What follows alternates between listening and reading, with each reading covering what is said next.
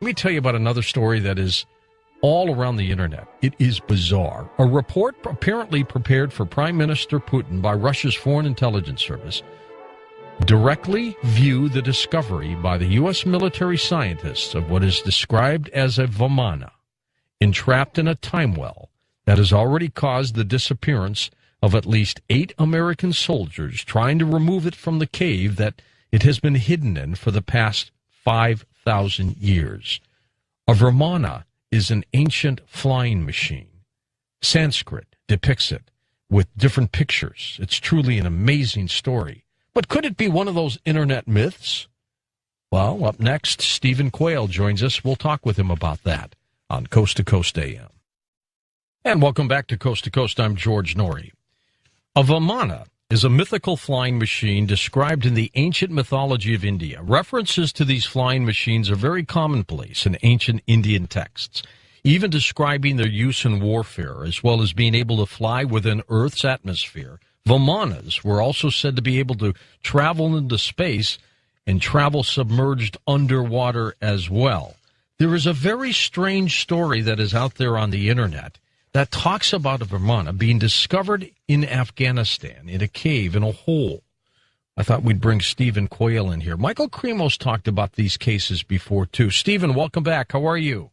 Good, George. Thank you. What a timely story this is to break, because the world's leaders are getting ready to make the grand announcement. The grand announcement will be that obviously we're not alone. We're being visited. But the Vimanas are even a more compelling story, because even going back to the time of Babylon and the Chaldean Empire, they stated, let me just give a statement, we'll go from there. The privilege of operating a flying machine is great. The knowledge of flight is among the most ancient of our inheritance, a gift from those from upon high. We received it from them as a means of saving many lives. Now, what's fascinating is whether you're reading it in Sanskrit, whether you're reading it in cuneiform, whether you're reading it, talking about it, there are thousands of pages, not only on the fact that Vimanas exist, but how their propulsion system works, where they get their raw materials, and they describe in great detail, George, I mean, things that make the Pentagon absolutely salivate with the sheer glee of a new ancient weapon system. I was telling Tom Danheiser before we went on the air, I said, in order to understand the future, it's imperative to have a firm grasp of the past.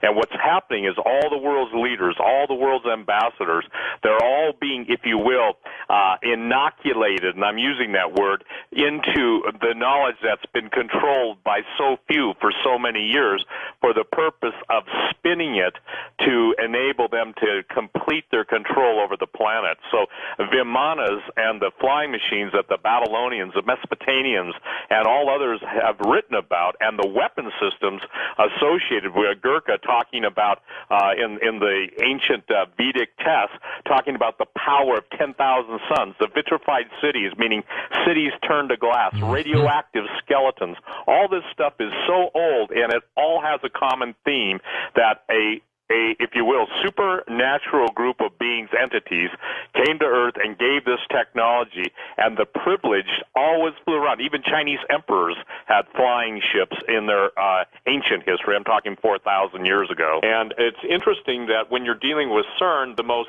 sophisticated technology yet openly admitted to, and there's stuff that's way beyond that. But the point is, they use the god Shiva for their emblem, if you will, and the emblem of Shiva is, what Oppenheimer, one of the inventors of the atom bomb, said he had become the destroyer of worlds.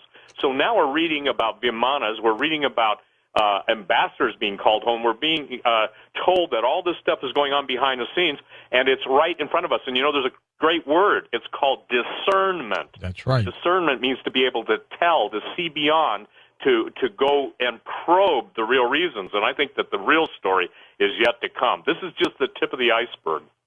So this story that's all around the internet, which is bizarre, there's no question about it, it's bizarre, that a Vimana is in a cave, it's been hidden for 5,000 years, soldiers have merely disappeared trying to remove it.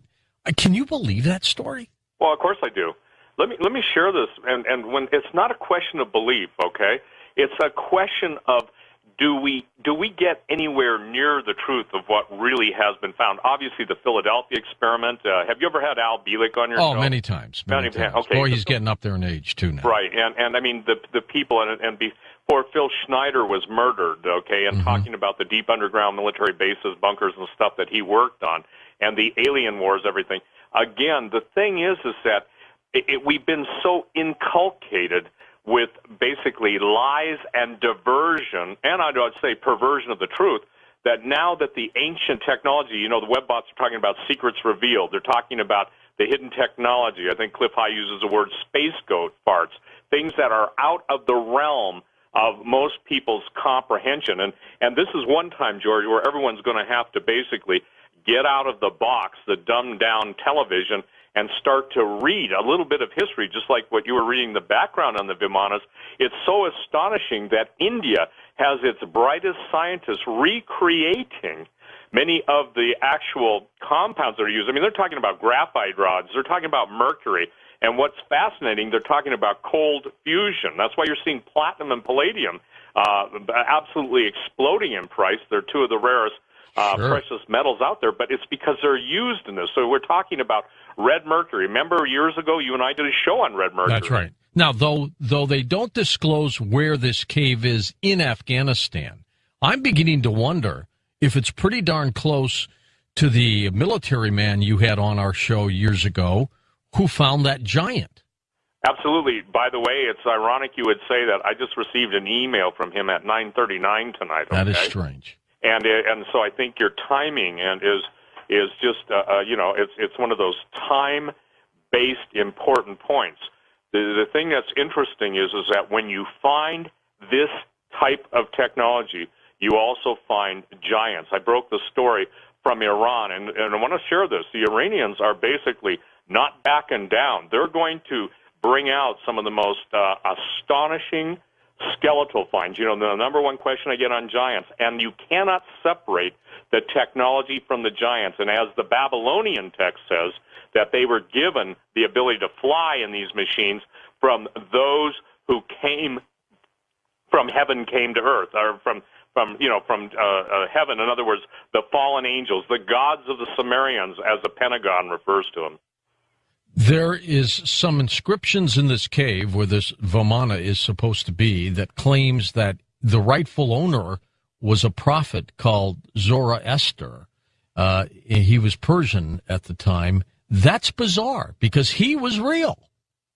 Well, and there's a whole religion, Zoroastrianism. I mean, for the record, Persia did not, embrace Islam until, not too long ago, maybe 1,000 years or so. But Zoroaster was very interesting because they worship the god Mithra, and it was Mithraism, Mithraism.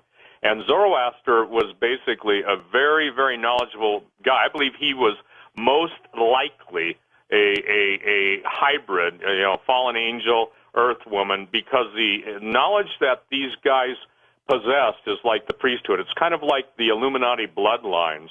They absolutely claim divinity to the fallen angels and base their control of the information and the true artifacts of history and the true technology. It's just like Michael Cremo, Forbidden Archaeology. Not probably, if people would realize how much evidence, and Forbidden Archaeology is probably one of the best books in the world out there for detailing case. I believe Michael did a beautiful and brilliant job. David Childers, you've had Hatcher Childress on your show.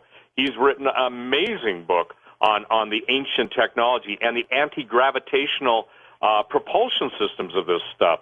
And we can talk about the Temple of Saqqara, actually the Pyramid of Saqqara. And you can go in, and you've seen them, George. They have pictures of fighter planes. They have pictures of, they look like Star Wars speeders or speedsters, whatever they call those things. The thing is that the technology of the ancients so far surpassed what we're led to believe down what I call the primrose path of perdition and denial. And this is it.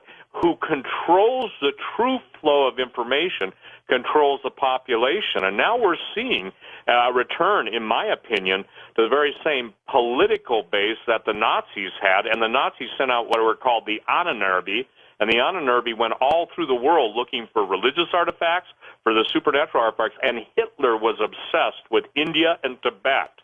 And the scientists, the German scientists, even Dr. Werner von Braun, when he was alive, acknowledged the presence of aliens and star travel. The former head of Skunk Works said if the American people ever found out how that we've already been beyond the stars, that they'd basically string us up. You know, well, people don't get it, that guy just didn't get drunk at some going-away party.